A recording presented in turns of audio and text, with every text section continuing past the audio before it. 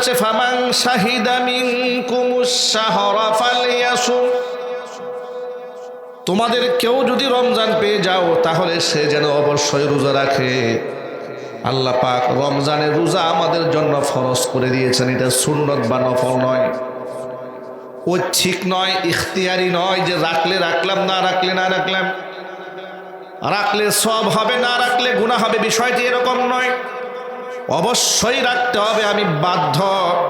কোরআন মাজিদ আল্লাহ পাক বলেন ইয়া আইয়ুহাল্লাযীনা আমানু কুতিবা আলাইকুমুস সিয়ামু কামা কুতিবা আলাল্লাযীনা মিন ক্বাবলিকুম লাআল্লাকুম তাত্তাকুন।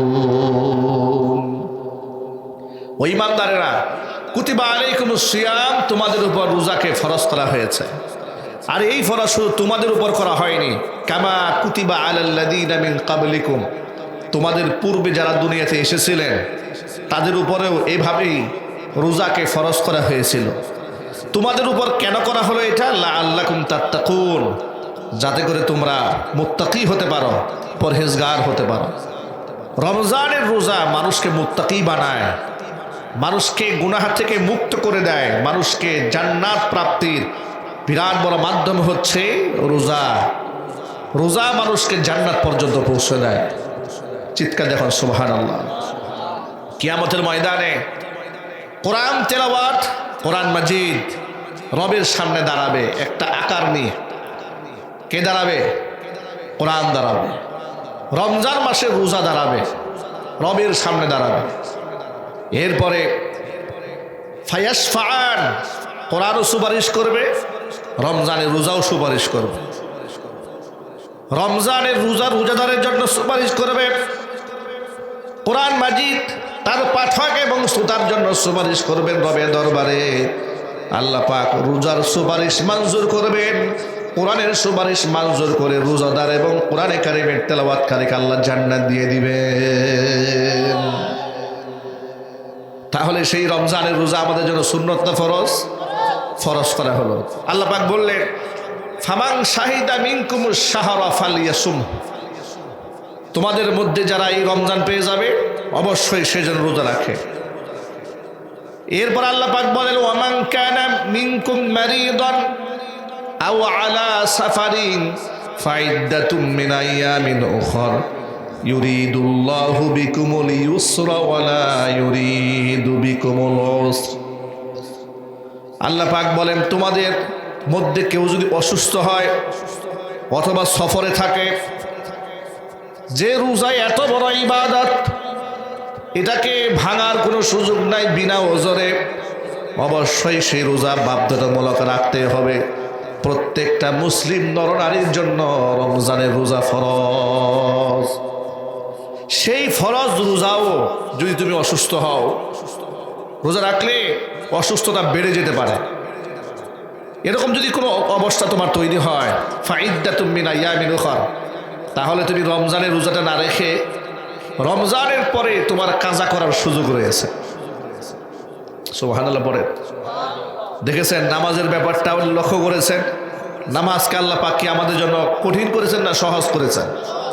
আবার রোজাটাও, আপনি রোজার মাসে অসুস্থ হয়ে পড়েছেন, এমন কথা বলা হয় নাই তুই বাঁচবি না মরবি এটা আমার দেখার দরকার নাই, রোজাটাকে রাখতেই হবে না, এটা আল্লাহ পাক বলেন।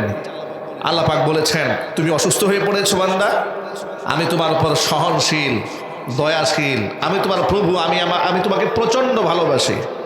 তুমি এই রমজান মাসে রোজা রাখতে পারো নাই, অসুস্থ হওয়ার কারণে রোগ বেড়ে যাবে, মৃত্যুর আশঙ্কা আছে, বেশি কষ্ট হয়ে যাবে, এই অবস্থা হয়েছে তোমার।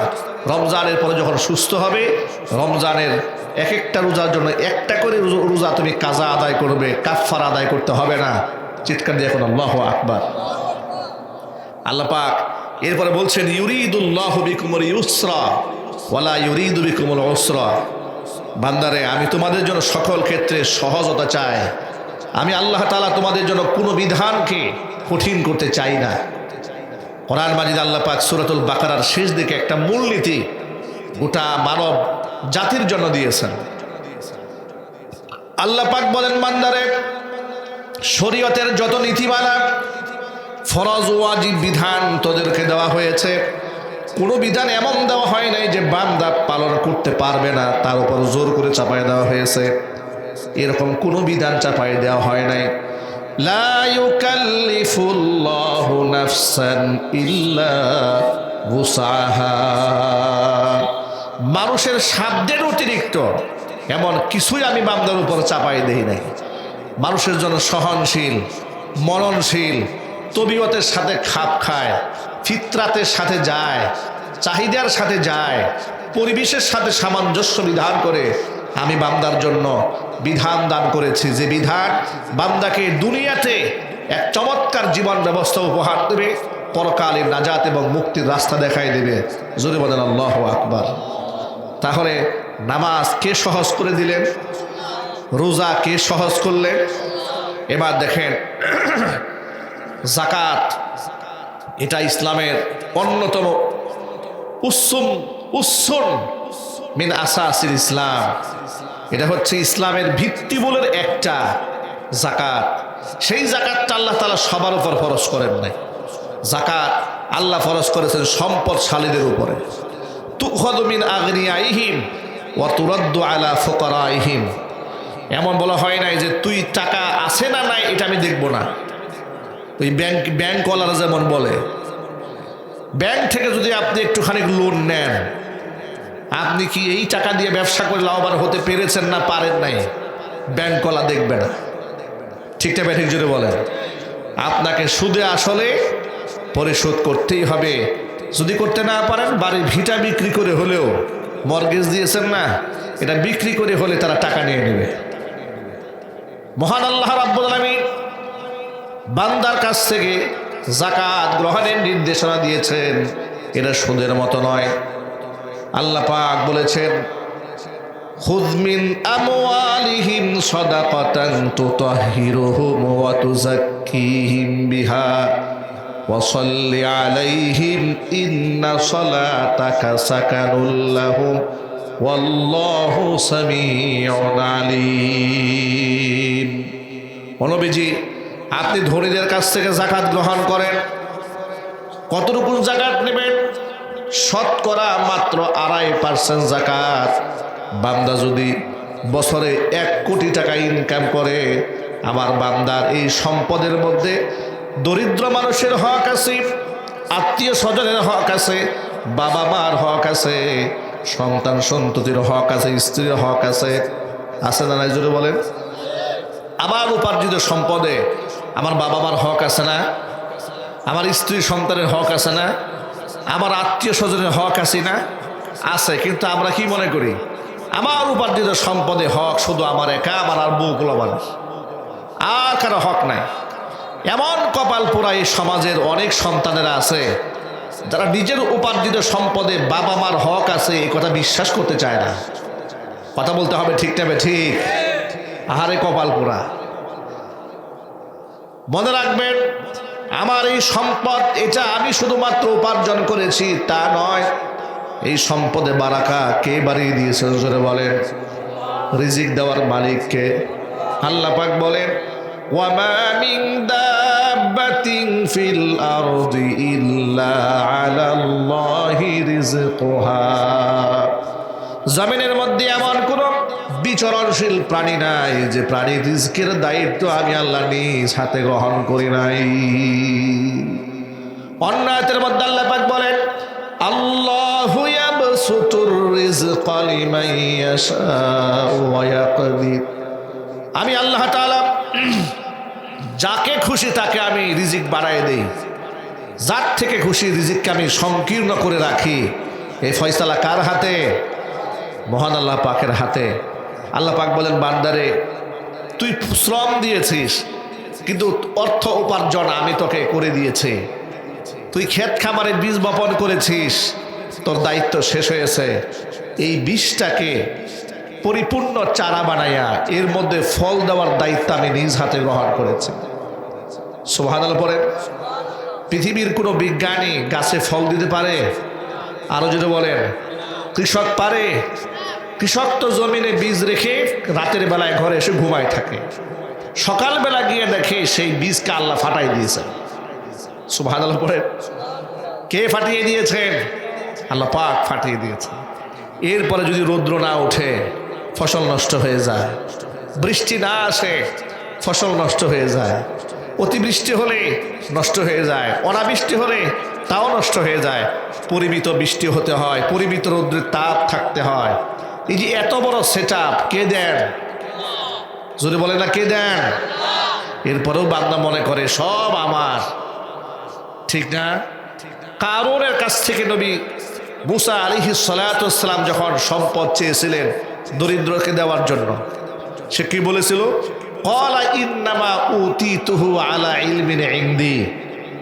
কারণ জবাব দিয়ে বলেছিল, মুসা এই সম্পদ তো আমি আমার ইলম দিয়ে অর্জন করছি, আমি দেব কেন? নাউজুবিল্লাহ পড়েন। তার ভাষা ছিল ক্বালা ইন্নামা উতিতুহু আলা ইলমিন ইনদি, আমার জ্ঞান দিয়ে সম্পদ উপার্জন করেছে, ভাগ দেব কেন? আমি কাউকে দেব না। জোরে বলেন নাউজুবিল্লাহ। আল্লাহ পাক সম্পদ সহ তাকে মাটির নিচে ধসিয়ে দিয়েছে। সে আল্লাহ আছেন না নাই?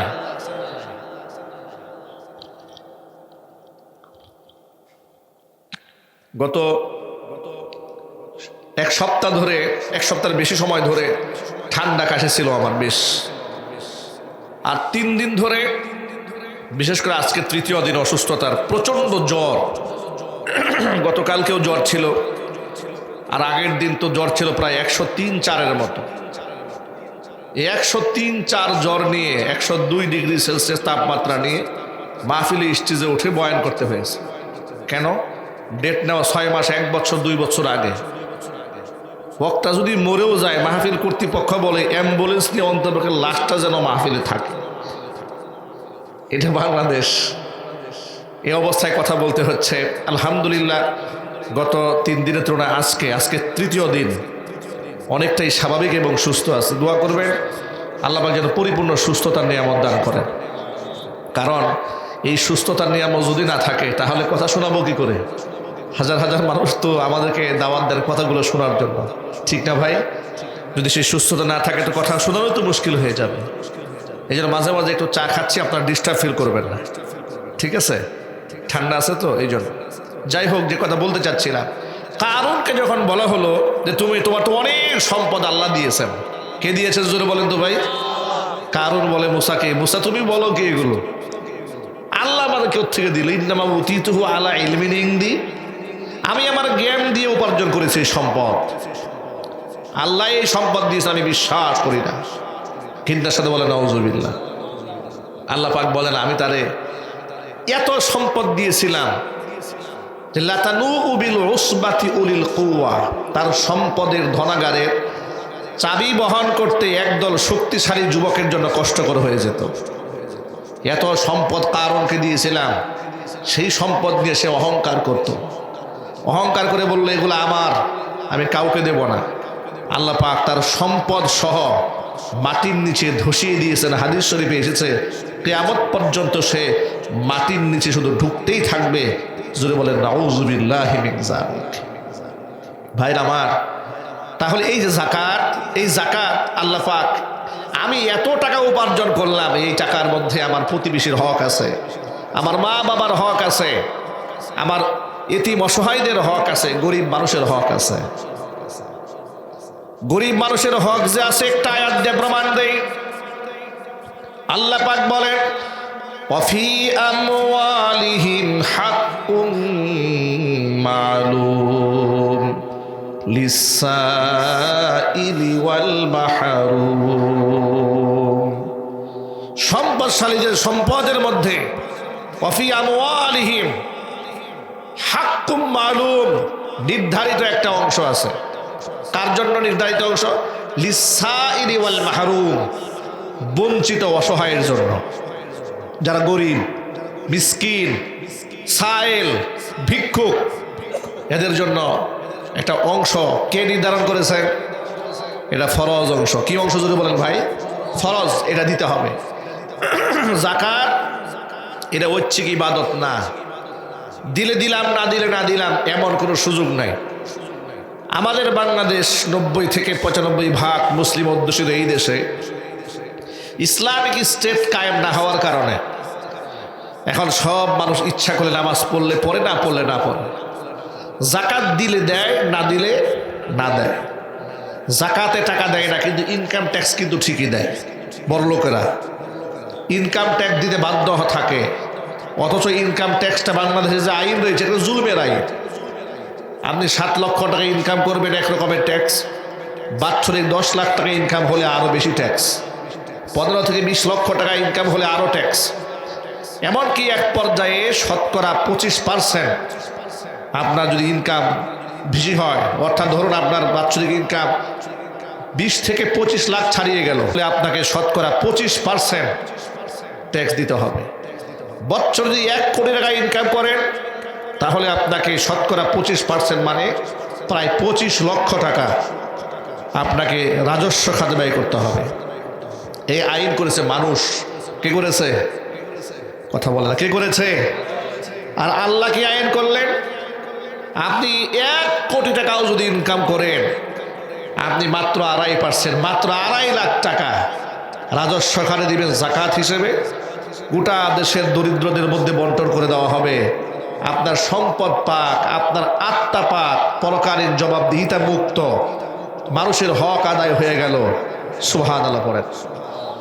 এটা হলো শরীয়ী আইন, এগুলাকে বলা হয় শরীয়ী আইন। এই যে শরীয়ী আইন শুনলে তো অনেকে ভয় পান, যে শরীয়ী আইন কার্যকর হলে মনে হয় আমাদের উপায় থাকবে না।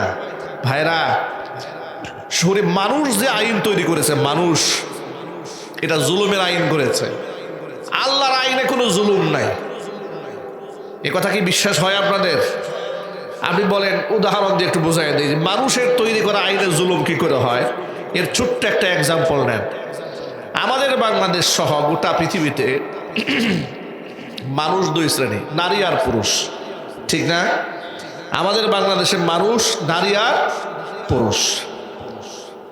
এই নারী আর পুরুষ এদের মধ্যে বিবাদ হয়, ঝগড়া হয়, মারামারি হয়, কাটাকাটি হয়, দাঙ্গা হাঙ্গামা হয়। এই জন্য আমাদের বাংলাদেশে নারী নির্যাতন মামলা আছে, কিন্তু পুরুষ নির্যাতনের কোনো মামলা নাই। ঠিক না? ঠিক বলেন। মানুষ, একজন নারী যদি, আপনার স্ত্রী যদি আপনার বিরুদ্ধে কোনো মামলা করে, ধরেন আপনি কোনো অন্যায় করেন নাই, এরপরেও যদি সে চায় আপনাকে ফাঁসাতে পারে, আপনাকে সেই ব্যক্তি কারাগারে ঢুকাতে পারে। সেই সুযোগ আপনার স্ত্রীর আছে না নাই? এই দেশে এই আইনের ধারা আছে না নাই? 2018 সালে স্বৈরাচারী খুনি হাসিনার আমলে আমাকে মাহফিল স্টেজ থেকে ধরে নিয়ে গিয়ে মামলা দিল যে আমার পকেটে ককটেল বোমা পাওয়া গেছে। তো যাই হোক, সে অনেক লম্বা ইতিহাস। সে আমলে তো অনেক বড় বড় আলেমরা জেল খেটেছে, জরিমানা দিয়েছে, অনেকে ফাঁসির মঞ্চে উঠেছে। তো সেই ক্ষেত্রে আমাদের এই নির্যাতনটা তাদের তুলনায় একেবারেই হালকা নির্যাতন, যা আমরা 22 দিন মাত্র কারাবরণ করেছি। হয়তো 3 বছর আমাদের হাজিরা দিতে হয়েছে, বছরের পর বছর দৌড়ের উপর থাকতে হয়েছে। সেগুলো একেবারেই সীমিত এই দেশের বড় বড় আকাবিরা যে পরিমাণ মাজলুম হয়েছে সেই জুলমের তুলনায়। তো যেটা বোঝাতে চেয়েছিলাম, কারাগারে কত রকমের মানুষের সাথে আমার সাক্ষাৎ হয়েছে। কারাগারে ভালো মানুষ আছে, খারাপ মানুষ আছে, চোর আছে, নামাজি আছে, মসজিদ ইমাম সাহেব আছে, বক্তা আছে, খতিব আছে। হাসিনা তো সবগুলানে একসিডিয়া ঢুকাই রাখছে। কথা ঠিক না ঠিক বলেন? তো আমরা হসপিটালের ক্যাবিনে থাকতাম, তো সেখানে আমার পাশের সিটে একটা ভদ্রলোক থাকতো, দেখতে খুব সুন্দর, চেহারা স্মার্ট, দাঁতের ডাক্তার, অল্প বয়স, আমাদের মতোই বয়স। আমি দুষ্টুমি করে জিজ্ঞেস করলাম, আচ্ছা খুনি হাসিনা না হয় আলেমদের উপর ক্ষিপ্ত, আলেমদের উপর টর্চার করে ভারতকে খুশি করার জন্য, কিন্তু আপনি তো ডাক্তার মানুষ, আপনি জেল খাটেন কোন দুঃখে? উনি আমাকে বলে, হুজুর আর বলবেন না, আমি আমার বউয়ের করা মামলায় জেলখানায় আসছি। আমি বললাম, ডাক্তার সাহেব মানুষ, বউ মামলা করে? হ্যাঁ, বউর উপর নির্যাতন করেন? না হুজুর, আমি শিক্ষিত ছেলে, আমি কেন বউর উপর নির্যাতন করব? আমি আমার বউর উপর কোনো নির্যাতন করি নাই। যে কোনো কারণে পারিবারিক একটু দ্বন্দ্ব কলহ হয়েছে, শ্বশুর বাড়ি থেকে আশকারা পেয়েছে, মনোমালিন্যতা হয় নাই, বনি মনে হয় নাই, আমার নামে মামলা দিয়েছে। আমাকে জেলে ঢুকাইয়া আবার জেলখানায় আপোষ মীমাংসা করার জন্য আমরা দেখতে আসছে। বউ এসে বলে যে তুমি আমার সাথে কন্ডিশনে রাজি হয়ে যাও, মামলা আমি উঠাই দেব। আমি বললাম আপনি কি জবাব দিয়েছেন? তা আমি জবাব দিয়েছি, তোর মামলা যদি আমার ফাঁসিও হয়, আমি হাসতে হাসতে ফাঁসি রশি গলায় নেব, কিন্তু তোর সাথে আমি আপোষ করবো না। এরপরে সে দুঃখ করে আমাকে বলে, হুজুর বিশ্বাস করেন আমি তার উপর 2 আনাও জুলুমও করি নাই, কিন্তু সেই মহিলা আমার উপর এত বড় আমাকে নারী নির্যাতনের মামলা দিয়ে নারী এবং শিশু নির্যাতন আইনে আমাকে কারাগারে ঢুকিয়ে দিয়েছে। আমি বললাম জামিন হবে না? বলে হুজুর এটা এমন একটা মামলা 3 মাস অন্ততপক্ষে আমাকে কাস্টডি খাটতেই হবে, তা না হলে কোনো জামিন নাই। নাউজুবিল্লাহ বলেন। নিঃসন্দেহে ভাইয়ের আমার, এই সমাজের নারীরা নির্যাতিত হয় না আমি সেটা বলবো না। অনেক জালেম পুরুষ আছে, জালেম স্বামী আছে, জালেমের স্বামী দ্বারা নারীরা নির্যাতিত হয়। ধর্ষক আছে, খুনি আছে, সমাজের মধ্যে বখাটে ছেলে পেলে আছে, এদের দ্বারা নারীরা নির্যাতিত হয়, শিশুরা নির্যাতিত হয়। ঠিক কিনা জোরে বলেন? তাদেরকে অবশ্যই সুরক্ষা দেওয়া দরকার। আবার এই সমাজের মধ্যে অসংখ্য পুরুষ আছে নিজের বউ দ্বারা টর্চারের শিকার হয়, তথাকথিত গার্লফ্রেন্ড দ্বারা। এদেশের অনেক মেয়েরা গার্লফ্রেন্ড সেজে অনেক যুবকের সম্পদগুলাকে ধ্বংস করে দেয়, চরিত্রকে ধ্বংস করে দেয়, তার জীবনটাকে বিষিয়ে তোলে। এরকম মেয়েও তো আছে, ঠিক না? কিন্তু আপনার পুরুষ নির্যাতনের কোনো মামলা নাই। কেন? এই আইন মানুষ তৈরি করেছে, এই জন্য জুলুম করেছে। আল্লাহর আইনে কোনো জুলুম নাই। আল্লাহ পাক নারী এবং পুরুষ উভয়ের উপর ইনসাফ করেছে। চিৎকার দেখুন সুবহানাল্লাহ। আল্লাহ তাআলা নারী পুরুষ সকলের ক্ষেত্রে সব জায়গায় ইনসাফ করেছে। যেমন নারীরা নামাজ পড়লে সওয়াব অর্ধেক পাবে আর পুরুষ পড়লে দ্বিগুণ পাবে, এমন কোন কোরআনে কারিমের আয়াত আল্লাহ পাক নাজিল করেন নাই, এমন একটা হাদিসও নাই। বরং আল্লাহ পাক সূরা নাহলের মধ্যে বলে দিয়েছেন, মান আমিলা সালিহাম মিন যাকারিন আও উনসা ওয়া হুয়া মুমিন ফালানুহইয়ান্নাহু হায়াতান তাইয়্যিবা ওয়ালানাজজিয়ান্নাহুম আজরাহুম বিআহসানি মা কানু ইয়ামালুন। ঈমান এবং বিশ্বাসের সাথে নারী পুরুষ ভালো কাজ যেই করুক না কেন, আমি আল্লাহ তাআলা 2টা পুরস্কার দেব। একটা দেব দুনিয়াতে, একটা দেব আখিরাতে। দুনিয়ার পুরস্কার হচ্ছে ফালানুহইয়ান্নাহু হায়াতান তাইয়্যিবা, আমি তারে উত্তম জিন্দেগি উপহার দেব। সুবহানাল্লাহ। আর পরকালে কি দেব? ওয়ালানাজজিয়ান্নাহুম আজরাহুম বিআহসানি মা কানু ইয়ামালুন। বান্দা দুনিয়াতে কত ভালো কাজ করেছে, উত্তম মানের ভালো কাজ করেছে, মধ্যম মানের করেছে, নিম্ন মানের করেছে, কিয়ামতের ময়দানে সমস্ত আমলগুলাকে আমি ফার্স্ট ক্লাসের মানে উন্নীত করে বান্দাকে পুরস্কৃত করব। এখানে নারী পুরুষ বৈষম্য করা হয় নাই। আল্লাহু আকবার বলেন। একদিক থেকে স্বামীর মর্যাদার কথা কোরআন হাদিস তুলে ধরেছে, আবার অপর দিক থেকে স্ত্রীর মর্যাদার কথা তুলে ধরা হয়েছে। কোরআন বলেছে, ওয়ালাহুন্না মিসলুল্লাযী আলাইহিন্না বিল মারুফ। পুরুষের উপর নারীর রয়েছে ঠিক সেই রকম অধিকার, নারীর উপরে পুরুষের রয়েছে যেমন অধিকার। এই অধিকারের শব্দটা বলতে গিয়ে আল্লাহ তাআলা নারীর অধিকারের কথা কোরআনে আগে উল্লেখ করেছেন। সুবহানাল্লাহ। এখানে নারীর অধিকারের কথা আগে উল্লেখ করা হয়েছে। আবার স্বামী স্ত্রীর অধিকারের কথা একসাথে বলতে গিয়ে আল্লাহ পাক বলেন, হুন্না লিবাসুল লাকুম ওয়া আনতুম লিবাসুল লাহুন্না। স্ত্রীরা স্বামীর পোশাক এবং পরিচ্ছদ স্বরূপ, স্বামীরাও স্ত্রীদের পোশাক এবং পরিচ্ছদ স্বরূপ। পোশাক যেমন শরীরের অঙ্গ প্রত্যঙ্গের ত্রুটিগুলা গোপন রাখে, স্ত্রীর দায়িত্ব স্বামীর ত্রুটিগুলা গোপন রাখা। স্বামীর দায়িত্ব হচ্ছে স্ত্রীর ত্রুটি মানুষের কাছ থেকে গোপন রাখা। আল্লাহু আকবার। এখানে কত সমন্বয় করা হয়েছে, কোনো জুলুম করা হয় নাই। কোরআন মাজিদ আল্লাহ পাক বলেন, স্বামীরা শোনো, وعاشروهن بالمعروف فإن كرهتموهن فعسى أن تكرهوا شيئا ويجعل الله فيه خيرا كثيرا। তোমরা তোমাদের স্ত্রীদের সাথে সৎ আচরণ করো। এমন হতে পারে যে তোমরা তোমাদের কোনো স্ত্রীর আচরণগত কারণে স্ত্রীদেরকে অপছন্দ করছো। এমন তো হতে পারে তুমি যা অপছন্দ করছো তার মধ্যে আল্লাহ পাক তোমার জন্য কল্যাণ রেখে দিয়েছেন। সুবহানাল্লাহ। দেখেছেন এখানে নারীর দোষকে গোপন করে তাকে ক্ষমা করে দেওয়ার জন্য উদ্বুদ্ধ করা হয়েছে। সুবহানাল্লাহ পড়েন। এইভাবে নারীর অধিকার পুরুষের অধিকার, নারীর অধিকার পুরুষের অধিকার, এইভাবে পার্ট টু পার্ট অধিকারগুলো কোরআন হাদিস বর্ণনা করেছে। আইনের ক্ষেত্রে এত সুন্দর আইন করা হয়েছে, মানে স্বামী এবং স্ত্রী একসাথে সংসার শুরু করেছে। এই ক্ষেত্রে স্বামীকে অধিকার দেওয়া হয়েছে কম, দায়িত্ব দেওয়া হয়েছে বেশি।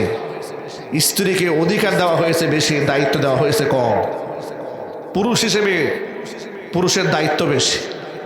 আমরা যারা পুরুষ রয়েছি আমাদের দায়িত্ব কম না বেশি? আমাদের দায়িত্ব বেশি, কিন্তু আমাদের স্ত্রীদের অধিকার বেশি। কেমন অধিকারটা কেমন হয় দেখেন। সাহাবা ইকরাম হুজুরের কাছে প্রশ্ন করা হয়েছে, হুজুরের সাহাবা ইকরামের পক্ষ থেকে কিলা মান আবাররু ইয়া রাসূলুল্লাহ, হে আল্লাহ রসুল সব চাইতে ভালো ব্যবহার কার সাথে করব এই দুনিয়াতে? হুজুর বললেন উম্মাকা, তোমার মায়ের সাথে। হুজুরকে আবার জিজ্ঞেস করা হলো তুম্মা মান, তারপরে কার সাথে? নবীজি বললেন উম্মাকা, তারপরেও তোমার মায়ের সাথে।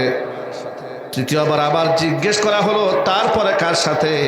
হুজুর বললেন উম্মাকা, তারপরেও তোমার মায়ের সাথে। চতুর্থবার আবার জিজ্ঞেস করা হলো সুম্মা মান, তারপরে কার সাথে? নবীজি বললেন উম্মাকা। নবীজি বললেন সুম্মা আবাকা, এরপরে তোমার বাবার সাথে। এখানে মায়ের মর্যাদা কয় গুণ বেশি দেওয়া হয়েছে? 3 গুণ বেশি মায়ের মর্যাদা দেওয়া হয়েছে। নারীদের অধিকারের কথা অনেক বেশি বলা হয়েছে হাদিসে। আয়েশা রাদিয়াল্লাহু তাআলা আনহা বলেন, একবার একজন ভিখারি মহিলা এসেছে আমার বাড়িতে, 2টা মেয়েকে সাথে নিয়ে আসছে। মেয়ে 2টা ক্ষুধার্ত, ভিখারি মহিলাটা ক্ষুধার্ত। কিন্তু আমি যে মহিলাটাকে একটু আপ্যায়ন করব, কিছু একটা দেব, দেওয়ার মতো তেমন কিছু নাই আমার ঘরে। ইল্লা তামরাতান ওয়াহিদাতান, আছে মাত্র ঘরে শুধুমাত্র একখানা খেজুর। ফাআতাইতুহা ইয়াহা, আমি মহিলাটাকে ওই খেজুরটা দিয়ে দিলাম।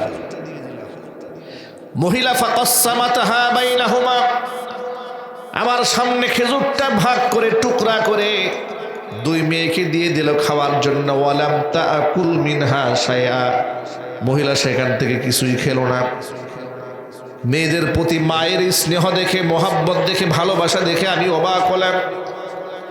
নিজে ক্ষুধার্ত হয়েও খাবার গ্রহণ না করে সন্তানের মুখে খাবার তুলে দিয়েছে, তাও কন্যা সন্তানের মুখে।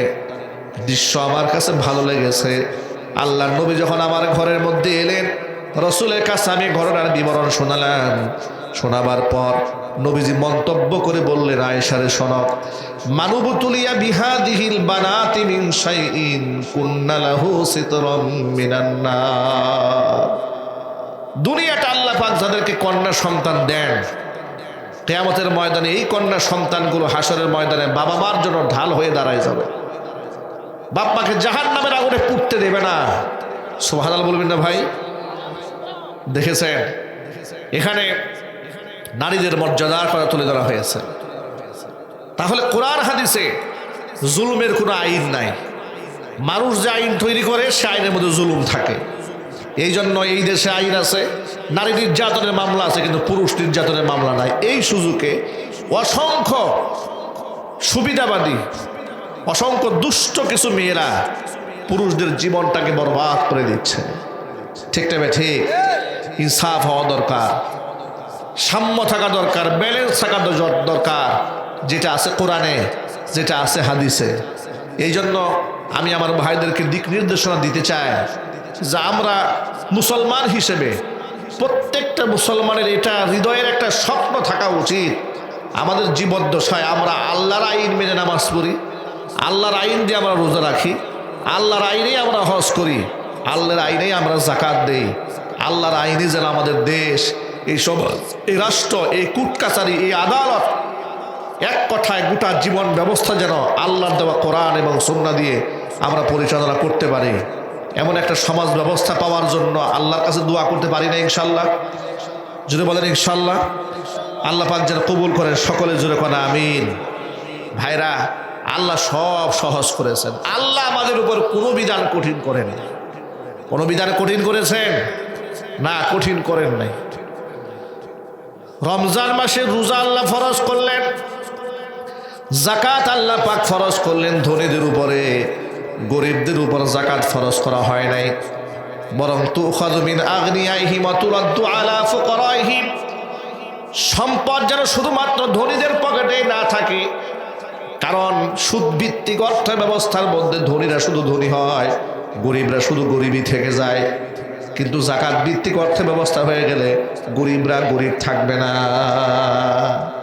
এই সমাজে যত বড় লোক আছে সবার কাছ থেকে যদি রাষ্ট্র যাকাত নিত আর গরিবদেরকে যদি দিয়ে দিত, তাহলে এই সমাজে একটা ভিক্ষুক খুঁজে পাওয়া যেত না, ফুটপাতে কারো ঘরবাড়ি থাকতো না, রাস্তাঘাটে শীতের দিনে কেউ কষ্ট করতো না।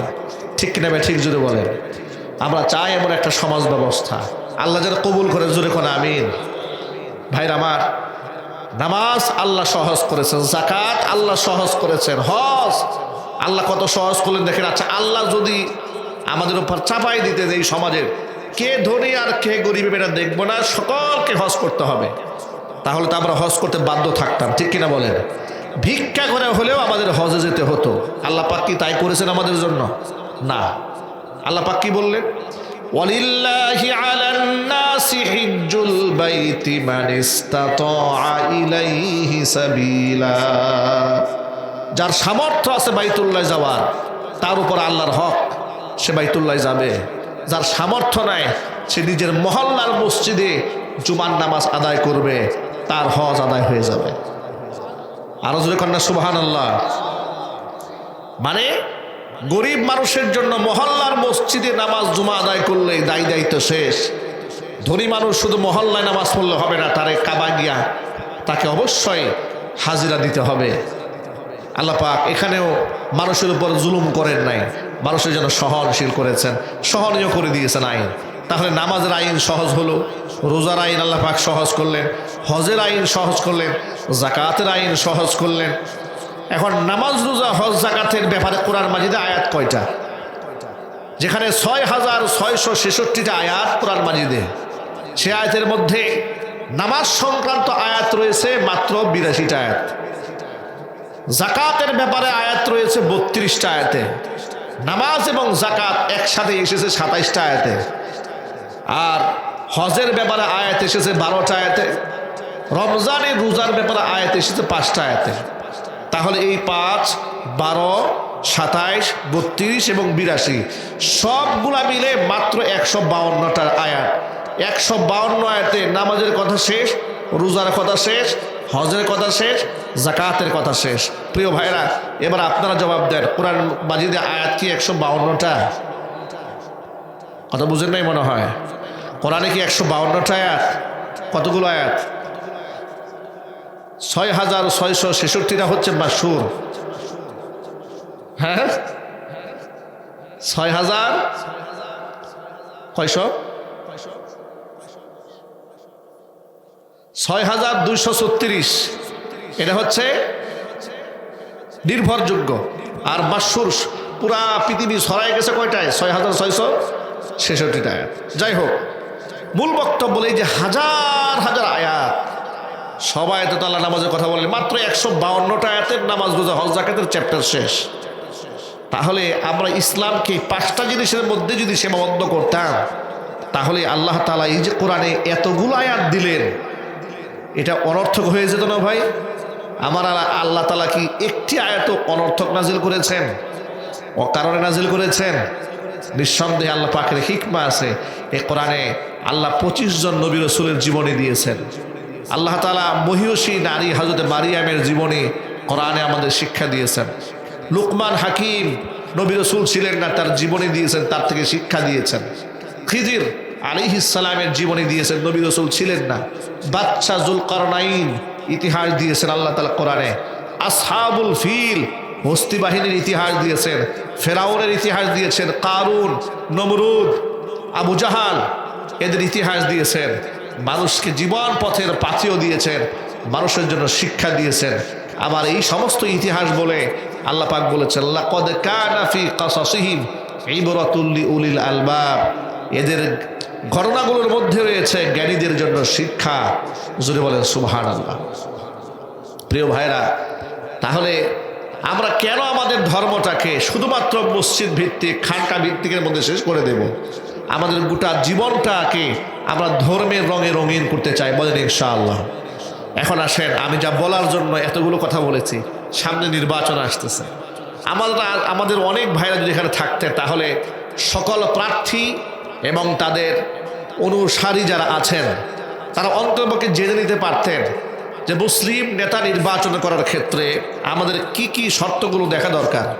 অবশ্যই 1 নাম্বার দেখতে হবে তিনি মুসলিম কিনা, 2 নাম্বার তিনি ইমানদার কিনা, অবশ্যই তিনি নামাজি কিনা। আর এটা মুসলিম বলতে আমাদের সামাজিক মুসলিম না, প্রকৃত অর্থে তিনি মুসলমান কিনা।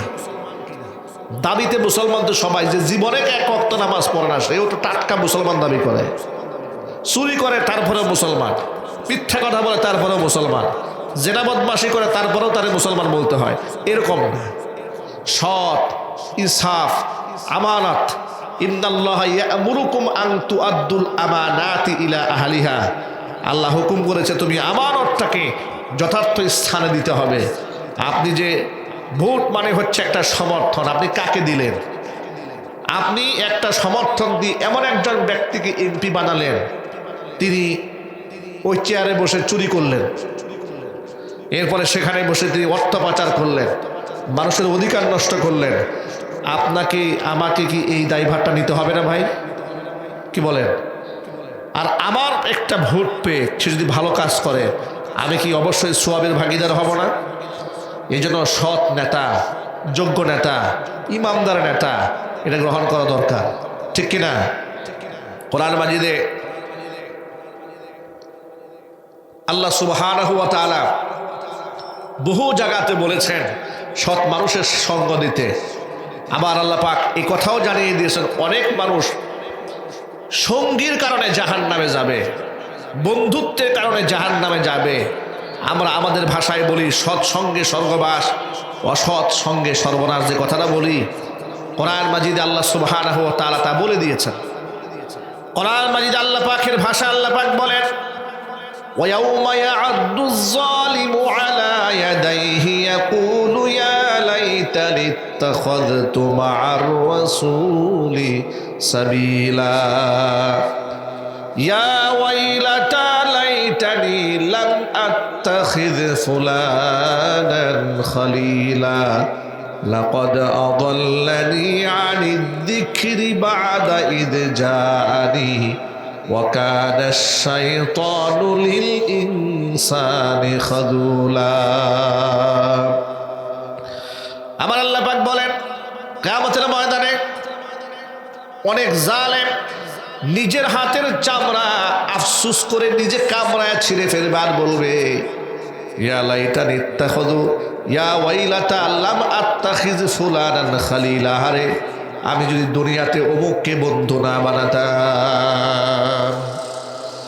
শুধুমাত্র কিছু লোকের সাথে চলেছে, এতেই সে আফসোস করবে যে অমুকের সাথে যদি না চলতাম তাহলে আজকে এই কঠিন শাস্তির সম্মুখীন আমাকে হতে হতো না। পাবনাতে হেমায়েতপুরে একবার মাহফিলে গিয়েছিলাম, সেখানে মেন্টাল হসপিটাল আছে, পাবনা পাগলা গারদ আছে। তো খুব আগ্রহ হইল যে ওয়াজ করতে আসছি, পাগলরা কেমন জীবনযাপন করে একটু দেখে আসি। কর্তৃপক্ষ আমাদেরকে ভিতরে নিয়ে গেলেন, লম্বা ইতিহাস সংক্ষেপে বলি। যাওয়ার পরে বেশ কিছু আমাদের সেক্টর ঘুরিয়ে ঘুরিয়ে দেখানো হলো। সেখানে ছোট ছোট রুম আছে, তো পাগলদের ক্যাটাগরি আছে। বেশি উন্মাদ এক রুমে থাকে, মোটামুটি পাগল এক রুমে থাকে, মাদকাসক্ত যেগুলো ছিল সেগুলো এক ক্যাটাগরি, আবার ব্রেইনের সমস্যা, মানে নানাবিধ ক্যাটাগরি আছে। এর মধ্যে মোটামুটি লেভেলগুলো তারা আমাদেরকে ঘুরে ঘুরে দেখাচ্ছে। মহিলাদের ক্যাবিনগুলো আলাদা, ওখানে পুরুষদের যাওয়া নিষেধ। তো যাই হোক, আমি গেলাম, বেশ কিছু মানসিক রোগী যারা তাদের সামনে গেলাম, যার পরে তারা অনেকে আমাকে সালাম দিলেন, কেউ আমাকে অনেকে চিনলেন। এক পর্যায়ে একটা দেখলাম ফুটফুটে চাঁদের মতো চেহারা একটা ছেলে, খুবই স্মার্ট একটা ছেলে, আমাকে বলে, হুজুর আমি কিন্তু ইউটিউবে আপনার বয়ান শুনি। আমি মনে মনে ভাবলাম পাগলেও আমার ওয়াজ শোনে। তিনি বলে, হুজুর আমি কিন্তু পাগল না। ও ভাবতেছে যে আমি যে মনে আমি যে একদম থক হয়ে গেছি, ও বুঝতে পারছে যে আমি অবাক হয়ে হচ্ছি যে আমি কি করে বিশ্বাস করব যে পাগল আমার ওয়াজ শোনে। সে বলে, হুজুর আমি কিন্তু পাগল নই, আমি সুস্থ। এই 3 মাস হলো আমার বাবা মা আমাকে এখানে দিয়ে গেছে। আমি জিজ্ঞেস করলাম তোমার নাম কি, একটা নাম বলে ভুলে গেছি। বললাম বাসা কোথায়? বলে ঢাকায় বাসা। তো তুমি এখানে কেন? সে বলে, হুজুর আমি নেশা করতাম ড্যান্ডি ঘাম দিয়ে। তো নেশা করতে করতে আমি এতটাই আসক্ত হয়ে গিয়েছিলাম যে এটা না খেলে আমার মাথা ঠিক থাকতো না। আমি ওয়াল ঘুষানো শুরু করতাম। পরে আমাকে হাত দেখালো যে হুজুর দেখেন আমার হাতটা এই যেখানে জখম, ওয়াল ঘুষাইয়া আমি জখম করে ফেলেছি। তখন আমি তাকে জিজ্ঞেস করলাম, আচ্ছা তোমাকে এই ঘাম দিয়ে নেশা করা শেখালো কে? তো সে আমাকে জবাব দিল, হুজুর আমাদের পাশের এক ছেলে, পাশের বাড়ির এক দুস্থ আছে, একসাথে চলাফেরা করতাম, ও আমারে শিখিয়েছে। এই যে বন্ধুর সাথে চলে সে ড্যান্ডিখোর হয়েছে। আমি অনেক মাহফিলে বলি, আপনি যদি সুদখোর বন্ধুকে ধরেন, আপনি দেখবেন একদিন সুদখোর বন্ধু হয়ে গেছে, নিজেও সুদখোর হয়ে যাবেন। আপনি ঘুষখোরের সাথে চলবেন, একদিন নিজে ঘুষখোর হয়ে যাবেন। যদি আপনি জেনাকারের সাথে চলেন, জেনাকার আপনাকে জেনার রাস্তা বের করে দেবে। আর নামাজিদের সাথে যদি আপনি চলেন, ধীরে ধীরে আপনিও নামাজি হয়ে যাবেন। ঠিক না? ঠিক। চিন্তা করেন, এই ছেলেটা বলছে আমার বন্ধুর কারণে আমি ড্যান্ডিখোর হয়েছি। এই জন্য যুবক ভাইদেরকে বলবো, যুবক ভাইরা যাকে তাকে বন্ধু বানানো যাবে না, যার তার সাথে সম্পর্ক রাখা যাবে না। কোরআন বলেছে কিয়ামতের ময়দানে এই বন্ধুর কারণে লোকেরা জাহান্নামী হয়ে আফসোস করে বলবে, ইয়া ওয়াইলাতা লাম আত্তাখিয ফুলানান খলিলা, দুনিয়াতে যদি অমুককে বন্ধু না বানাইতাম, ইয়া ওয়াইলাতা আফসোস, লাইতানি লাম আত্তাখিয ফুলানান খলিলা, আমি যদি অমুককে বন্ধু না বানাইতাম, আমি যদি রসুলের পথে হাঁটতাম, আমি যদি আলেমদের কথা শুনতাম, হুজুরদের বয়ান শুনতাম, আলেমদের বক্তব্য শুনে মসজিদে গিয়ে নামাজ পড়তাম। এইভাবে কথা বলে বলে লোকেরা আফসোস করে নিজের হাতের চামড়া নিজেরা কামড়াবে। প্রিয় ভাইরা, আমরা কি আফসোস করতে চাই? আফসোস করতে চাই। সুতরাং যারা এই সমাজে খারাপ মানুষকে সঙ্গ দেবে, এই কথা বলার উদ্দেশ্য হলো সাধারণ বন্ধুত্বের কারণে যদি জাহান্নামে যেতে হয়, তাহলে আপনার সিলেকশনে, আপনার সাপোর্টে, আপনার ভোটে যদি একটা লম্পট দুশ্চরিত্র, যার মানুষের হকের ব্যাপারে তার কোনো জ্ঞান নাই, উদাসীন, সে আপনি জানেন নির্বাচিত হলে মানুষের সম্পদ লুণ্ঠন করবে, ডাকাতি করবে, চুরি করবে, জেনা বদমাশি করবে, জেনে শুনে এমন একটা লোককে সাপোর্ট দেওয়া যাবে? যদি বলুন যাবে, তাহলে আমাকে অবশ্যই আসামি হয়ে যেতে হবে। ঠিক কিনা? আমাদের আগামী নির্বাচনে কে কোন মার্কায় ভোট দেবেন আমি সেটা বলবো না, শুধু বলবো ইমানদার ব্যক্তিকে দিবেন, নামাজি ব্যক্তিকে দিবেন, আমানতদার ব্যক্তিকে দিবেন, যার অন্তর আল্লাহর ভয় আছে, পরকালের ভয় আছে। যে ব্যক্তি মসজিদে যায়, মানুষের হক আদায় করবে বলে আপনার মন বিশ্বাস করে, তাদেরকেই সাপোর্ট দিবেন। আল্লাহ পাক যেন আমাদের এই সমাজে সৎ নেতৃত্ব উপহার দেন। জোরে কোন আমিন। সমাজে কিন্তু এখন সব নেতা হইতে চায়। আহারে, এমন নেতা, সব নেতা হতে চায়। ১৫০০ বছর আগে আল্লাহর হাবিব সতর্কবাণী উচ্চারণ করে বলেছেন, খবরদার, ইন্নাকুম লাতুহরাসুনাল ইমারা ওয়া সাতাকুনু নাদামাতান ইয়াওমাল কিয়ামা, অবশ্যই দুনিয়ার মধ্যে নেতৃত্বের লোক তোমাদেরকে পাকড়াও করবে। মনে রাখবে কিয়ামতের দিন এই নেতৃত্ব তোমাদের জন্য আফসোস এবং পরিতাপের কারণ হয়ে দাঁড়াবে। কারণ এত মানুষের হক, আলা কুল্লুকুম রাঈন ওয়া কুল্লুকুম মাসউলুন আন রাইয়াতিহি, প্রত্যেকেই দায়িত্বশীল, দায়িত্বের ব্যাপারে আল্লাহর আদালতে জবাব দিতে হবে। যিনি যতটুকু ইমাম, তার ইমামতি সম্পর্কে তাকে জবাব দেওয়া লাগবে। আমার বয়ান আমি বয়ান করি, আমি যদি এই কথাগুলো আপনাদেরকে না বলে যেতাম, তাহলে আমি কিন্তু আল্লাহর কাছে আসামি হব। আল্লাহ পাক আমাকে বলবেন, তোকে তো সুযোগ দিয়েছিলাম মানুষকে সতর্ক করা, তুই সতর্ক করিস নাই। মানুষকে বলিস তুই, ঠিক তবে ঠিক, এটা আমার দায়িত্ব, আমি বলে যাব। আপনি কি গ্রহণ করলেন না, কি মানলেন না, এটা দেখার দায়িত্ব আমার নয়। এটা আপনি যা করবেন আপনার আমল নামা আপনারই থাকবে, পৃথিবীর কেউ এটা হাইজ্যাক করে নিতে পারবে না। এই কথাগুলো মনে থাকবে তো ভাই ইনশাল্লাহ। সুতরাং আসুন আমরা নীতিবান হই, আল্লাহ পাক যেন কবুল করে, জোরে বলেন আমিন। আসুন আমরা নামাজি হই, আল্লাহ পাক যেন কবুল করে, জোরে বলেন আমিন। আজকের পর থেকে আমাদের কারো নামাজ কাজা হবে না আমাদের ইনশাআল্লাহ। ফরজ রোজা, ফরজ হজ, ফরজ যাকাত আমরা বাদ দেব না। আমরা আমার মা বোনদেরকে পর্দায় রাখবো। আল্লাহ পাক যেন আমাদের সকলকে যে কথাগুলো আপনাদের সামনে উপস্থাপন করেছি, সবার আগে আমাকে, আমার ভাইদেরকে, মা বোনদেরকে সকলকে আমল করার তৌফিক দান করেন। সকলে একটু জোরে করা আমিন। ইস্তিগফার করেন, আস্তাগফিরুল্লাহ রাব্বি মিন কুল্লি যামবি ওয়া আতুবু ইলাইহি ওয়ালা হাওলা ওয়ালা